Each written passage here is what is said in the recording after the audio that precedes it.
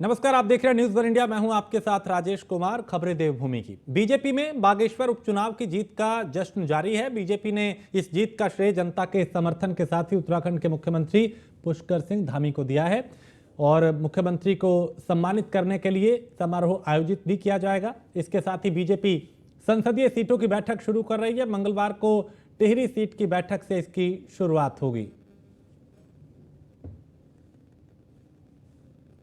Bharatiya Janata party एक कार्यक्रम दूसरे कार्यक्रम की तैयारी में लग जाती है और कल से हमारी लोकसभा स्तरीय बैठकें हैं। सेवा पखवाड़ा कार्यक्रम की दृष्टिगत साथ साथ नगर पंचायत, नगर पालिका और लोकसभा चुनाव की दृष्टि से आगामी माह में चलने वाले कार्यक्रमों का स्वरूप तय करेंगे।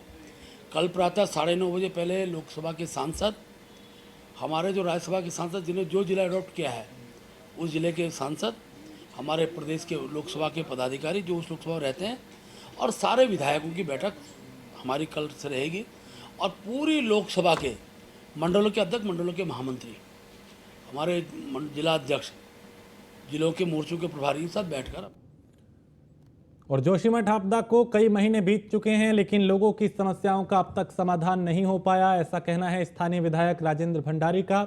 भंडारी ने कहा कि 400 से ज्यादा परिवारों को आपदा प्रभावित के रूप में चिन्हित किया गया लेकिन अब तक केवल 80 परिवारों को मुआवजा दिया गया है। वहीं पूर्व में बद्रीनाथ से विधायक रहे बीजेपी प्रदेश अध्यक्ष इस पर पूरे प्रकरण पर जवाब देते नजर आए। उन्होंने कहा कि कांग्रेस के नेता भ्रामक खबरें फैला रहे हैं। क्या समाचार है, एक एक व्यक्ति को जो प्रभावित श्रेणी में आते थे उनको सरकार द्वारा सुविधा दी गई है। लैंड से संबंधित विषय को भी अब सुलझा दिया गया है बहुत जल्दी और ये पहली बार है आपदा में अभी तक के मानकों के अनुसार सर्वाधिक धनराशि अगर कहीं दी गई है तो जोशीमठ के अंदर पिछले 4 महीने से भारी आपदा आई हुई है। सरकार वादे और बातें बहुत बड़ी बड़ी करती है, सपने भी बहुत दिखाती है, परंतु धरातल पे कुछ भी नहीं हुआ है। केवल 80-82 परिवारों को मुआवजा दिया गया है और 400 से ऊपर परिवार जो है नामांकित है, रेखांकित है, आइडेंटिफाई है, उनको आज तक मुआवजा नहीं मिल पाया और ये बहाना लगाया जा रहा है कि सरकार के पास पैसा नहीं है। अब हकीकत क्या है ये तो सरकार जाने। जोशीमठ आपदा से बुरी तरह से ग्रस्त है, लैंडस्लाइड हो रही है। देहरादून के थानों क्षेत्र में हुई युवती की हत्या का आरोपी लेफ्टिनेंट कर्नल निकला और युवती कर्नल से पत्नी होने का दर्जा मांग रही थी। उसकी इस जिद से परेशान लेफ्टिनेंट कर्नल रमेंदु उपाध्याय ने उसकी हत्या कर दी। पुलिस ने इस पूरे मामले का खुलासा किया।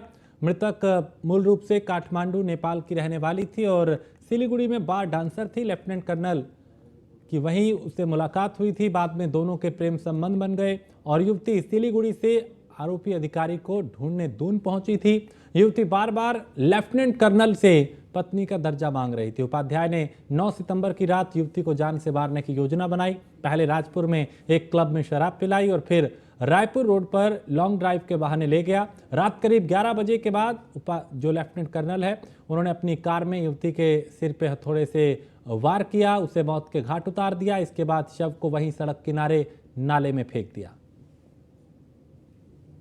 कल जो है परसों रात को लगभग 1:30 से और 2:30 बजे के बीच एक मर्डर की घटना हुई थी। ब्लाइंड मर्डर था। कल जब हमको मौके पर जानकारी मिली तो हम लोग सब मौके पर गए थे। हमने मौके पर घटनास्थल का निरीक्षण किया और तमाम सीसीटीवी फुटेज को हमारे द्वारा देखा गया। ये नेपाली मूल की महिला है और ये सिलीगुड़ी में बार डांसर थी और जब अभियुक्त जो राकेंद्र उपाध्याय है, ये लेफ्टिनेंट कर्नल है आर्मी में, 2020-21 में सिलीगुड़ी में ये नौकरी वहाँ पोस्टिंग थी, वहीं इनके आपस में दोस्ती हुई। सितारगंज के सिसिया के पास हाईवे में चलती कार में आग लग गई और कुछ ही देर में कार जलकर खाक हो गई। घटना में कार सवार चालक की जान बामुश्किल बची। आग से कार सवार के बाल और चेहरा जो है वो काफी झुलस गया।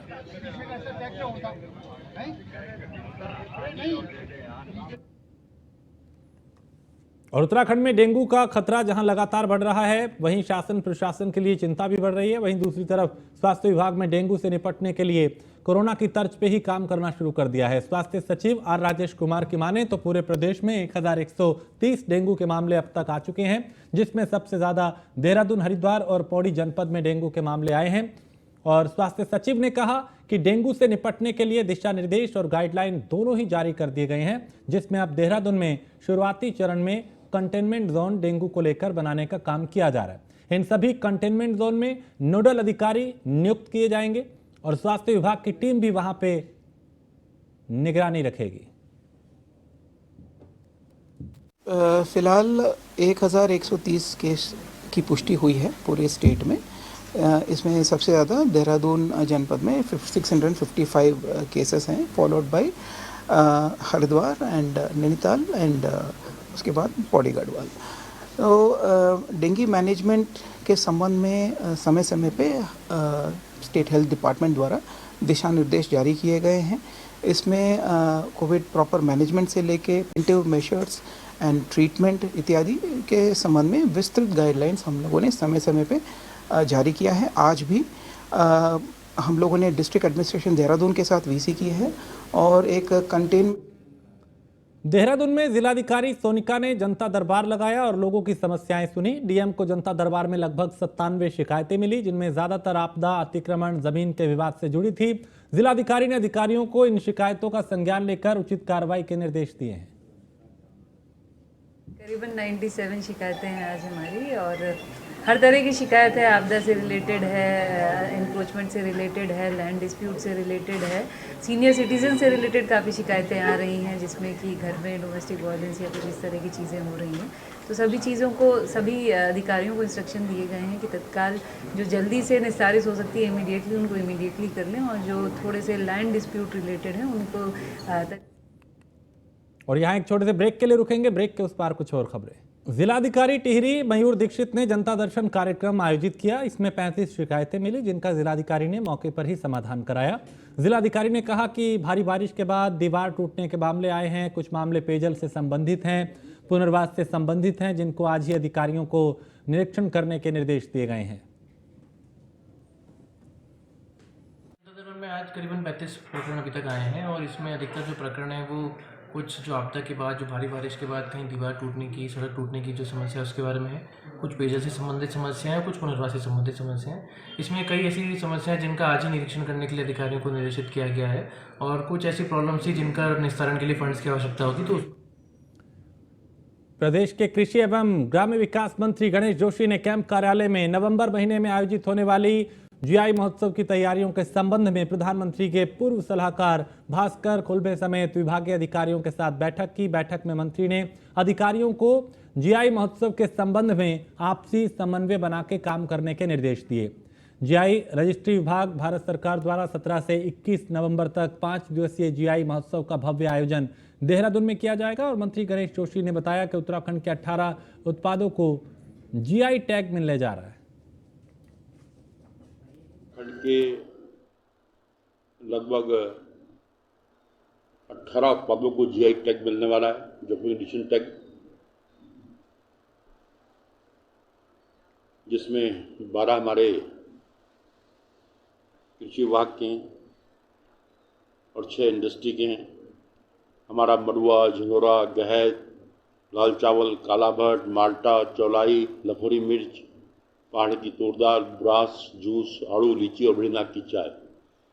इस प्रकार जो है राफ्ट के बंद, पिछोड़ा, लकड़ी के अन्य बंद, अंगूठा जिसमें होते हैं, ये इंडस्ट्री वाक्य हैं और इसके लिए 17 से 21 नवंबर तक एक मेला।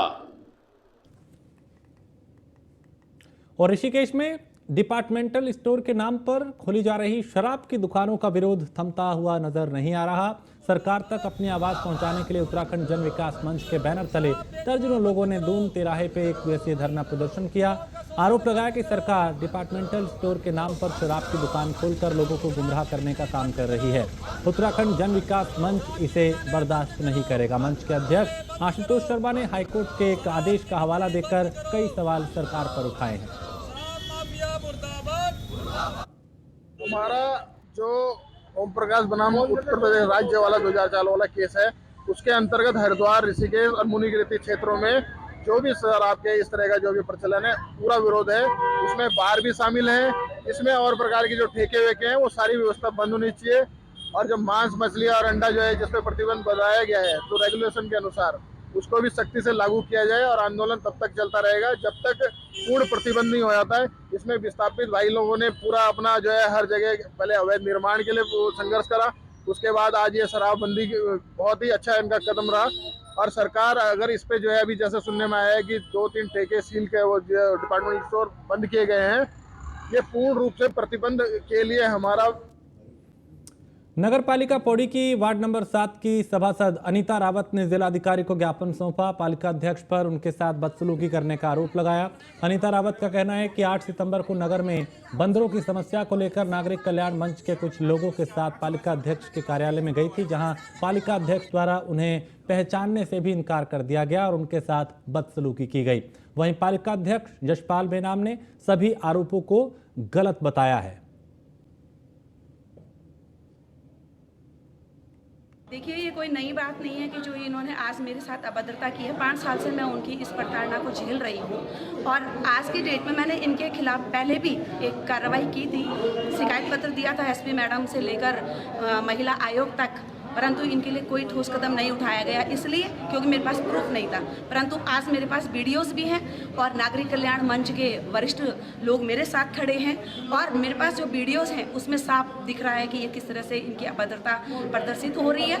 इनका मेन जो कहना है कि मेरी नगर पालिका, मैं पौड़ी की जनता से और बीजेपी सरकार से ये प्रश्न करना चाहती हूँ कि क्या वास्तव में नगर पालिका अध्यक्ष यशपाल बेनाम की वो नगर पालिका है या बीजेपी सरकार? मेरे सामने आए थे और उन्होंने एक लेटर मुझे दिया है जिसमें उनके द्वारा एक शिकायत की गई। इस संबंध में उन्हें यही मेरी तरफ से सजेस्ट किया गया है कि एसएसपी पौड़ी स्तर पर इस समस्या को महिला थाने या महिला परिवार के उसमें दर्ज करवाते हुए। मसूरी में सनातन धर्म मंदिर सभा ने श्री कृष्ण की डोली धूमधाम से निकाली। इस मौके पर हजारों की संख्या में श्रद्धालुओं ने भगवान श्री कृष्ण के दर्शन किए और पहाड़ों की रानी मसूरी में पिछले 165 साल से लगातार कन्हैया की डोली निकाली जा रही है। इस मौके पर जौनपुर, जौनसा, टिहरी, देहरादून और कई क्षेत्रों से बड़ी संख्या में श्रद्धालु कन्हैया की डोली देखने पहुंचे। माल रोड पर बैंड बाजे और पारंपरिक ढोल दमाऊ के साथ कन्हैया की दर्जन भर आकर्षक झांकियां लोगों का आकर्षण का केंद्र बनी रहीं। उत्तराखंड के गढ़वाली नृत्य ने सभी के मन को मोह लिया और काफी संख्या को यानी बड़ी संख्या में यहां पे श्रद्धालु पहुंचे और उन्होंने देखते हुए स्थानीय प्रशासन और पुलिस ने पुख्ता इंतजाम किए थे।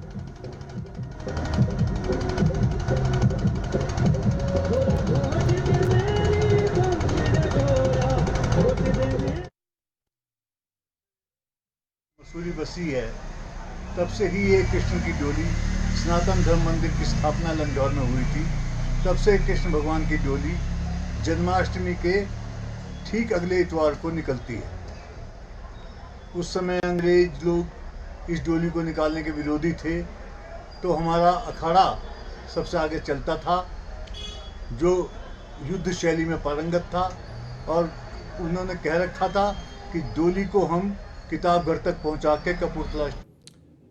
पौड़ी में हाईकोर्ट के आदेश के बाद मंडल मुख्यालय पर स्थित श्रीनगर रोड में अवैध 34 दुकानों पर प्रशासन का बुलडोजर चला था, जिसके बाद अतिक्रमणकारी लगातार खुद को विस्थापित करने की मांग जिला प्रशासन और नगर पालिका से कर रहे हैं। अतिक्रमणकारियों का एक प्रतिनिधिमंडल पूर्व मुख्यमंत्री तीरथ सिंह रावत से मिला और विस्थापन की मांग की। उसी पे उनका आश्रय और इस तरह का था, तो स्वाभाविक उन लोगों को कष्ट होना, उनका जो उससे पूरी अपनी जो जीविका चलती थी वो बंद हो गई है, तो कष्टकारी तो है ही। निश्चित तो विस्थापन की बात हुई है, तो मैंने विषय हुआ, नगर पालिका चेयरमैन था, तो उन्होंने कहा इस बारे में हम सोचेंगे और हमारा प्लान है। तो ऐसे जो लोग उससे जो प्रभावित हुए हैं उनको कहीं ना कहीं जगह। यहाँ पे पौड़ी में अतिक्रमण में दुकानें टूटी गई थी, 32 दुकानें टूटी गई थी और सारे ये लोग यहाँ पे माननीय सांसद महोदय जी को यहाँ पे मिलने के लिए आए थे और माननीय सांसद जी महोदय द्वारा जो उनको पूरा आश्वासन दिया गया कि जो कोर्ट के आदेश थे, कोर्ट के आदेश के आगे तो कोई भी कुछ नहीं कर सकता है, लेकिन उनके द्वारा आज जो है उनको पूरा आश्वस्त कर दिया गया है कि उनके लिए हम जो है कहीं ना कहीं व्यवस्था करेंगे और उनको जो है दुकानें हम देंगे। तो सभी लोगों की यहाँ पे सहमति बनी कि चलो जो है आश्वस्त होके गए सारे। और चंपावत में मूसलाधार बारिश ही मुसीबत बन गई। यहां टनकपुर चंपावत एनएच पर भारी मलबा आ गया। नेशनल हाईवे पे आवाजाही इसके चलते बंद हो गई और लोगों को कई तरह की परेशानियां इसके चलते हो रही हैं। इस वक्त ये बड़ी खबर, जहां टनकपुर चंपावत एनएच पर भारी मलबा गिरा और नेशनल हाईवे पे आवाजाही जो है वो बंद हुई है। इसके चलते लोगों को कई तरह की दिक्कतों का सामना करना पड़ रहा है।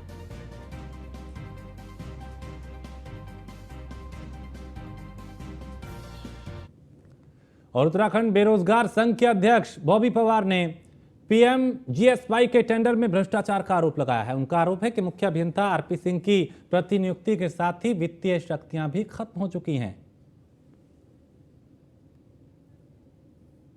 मैं ये कहना चाहता हूँ, मैं बात कर रहा हूँ पीएमजीएसवाई का, प्रधानमंत्री ग्राम सड़क योजना जो विभाग है, उस विभाग में एक अधिकारी आरपी सिंह को प्रतिनियुक्ति दी जाती है 20 जुलाई 2020 को। केवल 2 वर्षों के लिए उनको प्रतिनियुक्ति दी जाती है। लेटर में ये साफ लिखा हुआ है कि श्री आरपी सिंह अधीक्षण अभियंता URRDA देहरादून को शासन द्वारा सम्यक विचारोपरांत कार्यग्रहण करने की तिथि से आगामी 2 वर्ष तक की अवधि के लिए उत्तराखंड ग्रामीण सड़क विकास अभिकरण के अंतर्गत पीएमजीएसवाई के क्षेत्रीय कार्यालय में मुख्य अभियंता गढ़वाल क्षेत्र के पद पर तैनात किया जाता है। जब 2 वर्षों के लिए तैनाती दी जाती है तो 2 वर्षों का कार्यकाल 20 जुलाई 2022 को समाप्त हो जाता है। जब वित्तीय पावर समाप्त होती है तो आज किस अधिकार से वो अधिकारी लगभग 1000 करोड़ रुपए का टेंडर, मैं ये कहना चाहता हूँ, मैं बात कर रहा हूँ। उत्तराखंड में 2024 में राष्ट्रीय खेलों का आयोजन किया जाएगा। राष्ट्रीय खेलों में मलखंब, योग और कराटे भी शामिल किए जा रहे हैं। उत्तराखंड में होने वाले राष्ट्रीय खेलों में कुल 38 खेल तय किए गए हैं। अब तक इंडियन ओलंपिक एसोसिएशन से 34 खेल स्पर्धाओं के आयोजन की अनुमति मिली है। देखिए, 38वें राष्ट्रीय खेल की मेज़बानी तो उत्तराखंड को मिल चुकी है। सीएम साहब, माननीय मुख्यमंत्री जी ने इस पर अनुमोदन भी दिया है और पिछली जो मीटिंग हुई थी माननीय मुख्यमंत्री जी की अध्यक्षता में, उसमें उन्होंने बहुत स्पष्ट निर्देश दिए थे कि खेल विभाग इसको पूरी तन्मयता से इसको कराए और भव्य दृष्टिकोण से इसको आयोजित करना है। उसकी जो भी तैयारियां हैं उसको युद्ध स्तर पे पूरी करें। और मुनिकीरेती थाना क्षेत्र के अंतर्गत भद्रकाली से आते समय पीडब्ल्यूडी तिराहे पे एक ट्रक ब्रेक फेल होने से अनियंत्रित होकर पलट गया। गनीमत ये रही कि घटना सुबह 4 बजे की थी, इसलिए बड़ा हादसा होने से टल गया। ट्रक में मौजूद ड्राइवर और कंडक्टर सुरक्षित हैं। पुलिस ने ट्रक को क्रेन से सीधा करके सड़क से वहां से हटा दिया।